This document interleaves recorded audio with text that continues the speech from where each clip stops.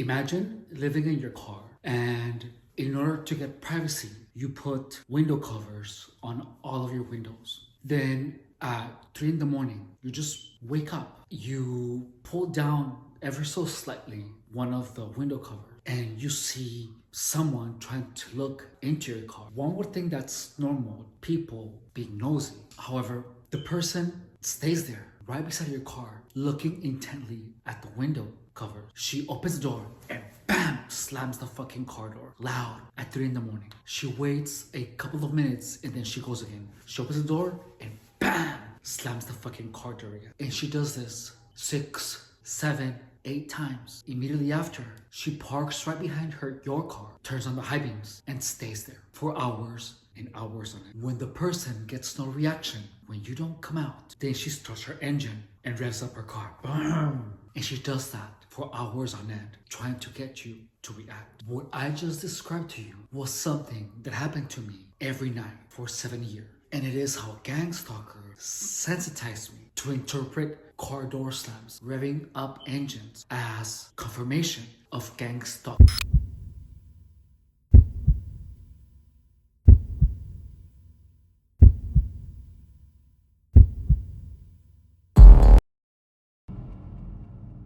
Activity. Hey there, welcome to my channel. My name is Evan Rodriguez and I was gang stalked for 7 years. In this video, I want to talk to you about the process of sensitization, where gang stalkers sensitize targets to loud noises such as car door slam, which is this video's main focus. The gang stalking form of harassment has endless variations. And I want to talk to you about the car door slam sensitization. So in this video, you are the target and I am the gang stalker. So a car door slam on its own has no meaning. It's just a car door slam. But imagine that wherever you are, that whenever you're at your home, there is an absurd amount of car door slamming. Like absurd amount of car door slamming. This type of sensitization happens for months on end. And it is something that happens incredibly frequently. Car door slams is something that we hear all the time, all day, and we are so used to them that we don't even notice them anymore. Like, we really don't. What gang stalkers do is that they make sure that you notice the car door slams, where you're literally just at your house and you just keep hearing car doors slamming hard. In the beginning, it is very natural for you to be assuming, well, someone sounds pissed.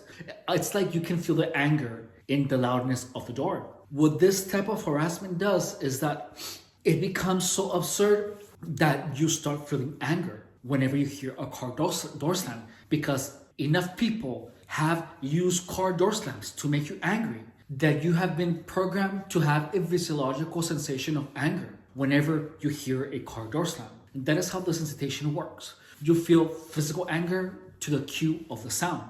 And not only that, but whenever you hear the car door slam, you feel anger automatically. And you have the thought, oh, that's a gang stalker. So what that sensitization does, is that it gets your imagination working. And then you will begin imagining people purposely slamming their car doors.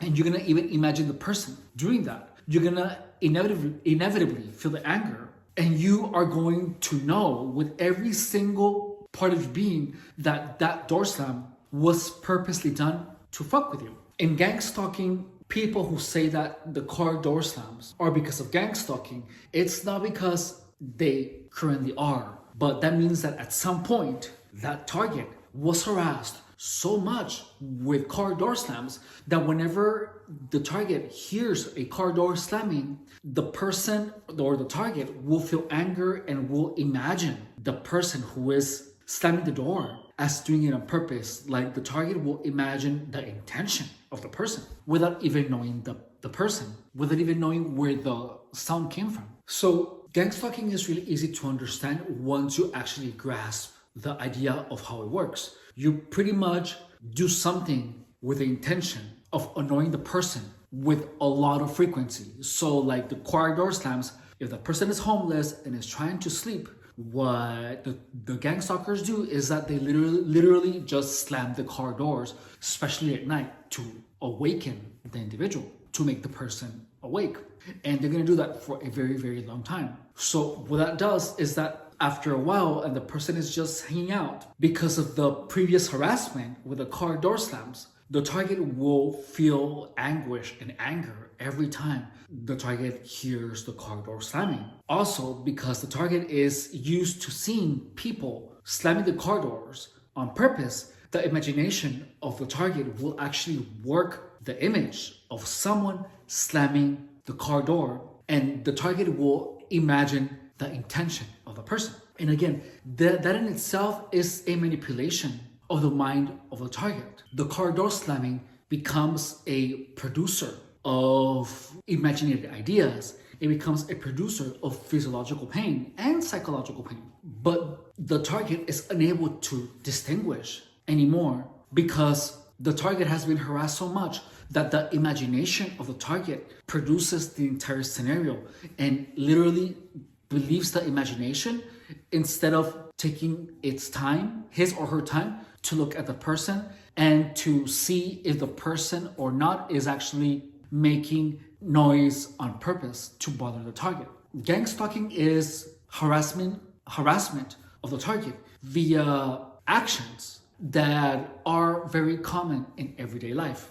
That way, the target feels harassed for the rest of his or her life. So, if in this scenario you are the target, what I would do is that I would literally just go where you typically hang out. Let's say if you're in your car or if you're at your house, and you would have people, including myself, slam the car doors loud at all times, a lot, in front of your house.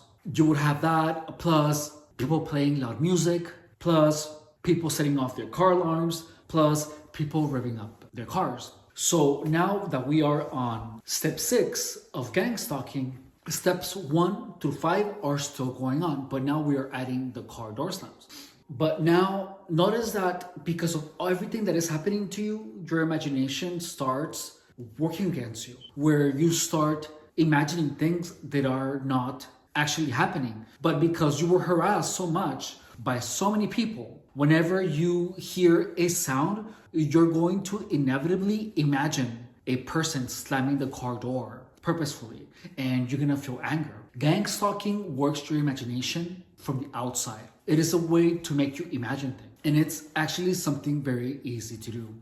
But let me tell you, there has to be an opening for gang stalkers to attack you. So you're vulnerable if you're homeless, if you're out on the streets, if you're hanging out with people that use drugs. There is something about tweakers that just makes them want to engage in gang stalking. You know, I myself have dealt with illicit substances, but I have never wanted to harass someone in that manner. So the way to stop gang stalking immediately is that you simply block every single doorway that you could have open to any people that could influence you in a negative manner. So if anyone is trying to push you to use drugs, block them. If anyone is trying to put ideas into your head, like for example, I was online, I was doing a live video, and then someone literally, like I was literally working out, and someone typed in drugs ? You know, there is no logical explanation for that actually the only logical explanation, it is a gang stalker. That's the only thing that makes sense. Like nothing else makes sense. Why the fuck would anyone type in drugs ? On a fitness live video? You know, and like I'm obviously not doing any steroids. You know, so it's like, okay. So I can either interpret that as someone accusing me of doing drugs, but I mean, I'm working out. Come on. Or as an intent of contamination of my mind to make me think about engaging in substance abuse. And because of the experience that I have where I have been steered towards using drugs, I decided to block that person immediately. You have to be incredibly careful with what you see, because even an image of drug usage is poison for your mind. You have to literally be careful with things that are in front of you, with everything. So you have to watch all your senses. ¿Estás lista? ¿Quieres que yo vaya contigo? Pues sí, yo te había dicho. Y tú me dijiste que sí. Ya no tengo ganas de ir a la Walmart. Ah, pues si quieres yo voy. Trae las llaves. So if you're a target, just know that you have to literally close the doorways to any type of bad influence. And the time that you used to spend engaging in that type of behavior, you have to fill that up with something that is nourishing for your mind, for your soul, and for your being. Honestly, I didn't understand how important it was to keep people that are continuously exposed to those types of negative thoughts. There should be no time or space for you to spend with those types of people because you're doing yourself a disservice. All right, well, that was it for this video. That was step 6 of how to gang stalk someone and how to sensitize them to car door slams. Have a good one. Oh, subscribe. Bye.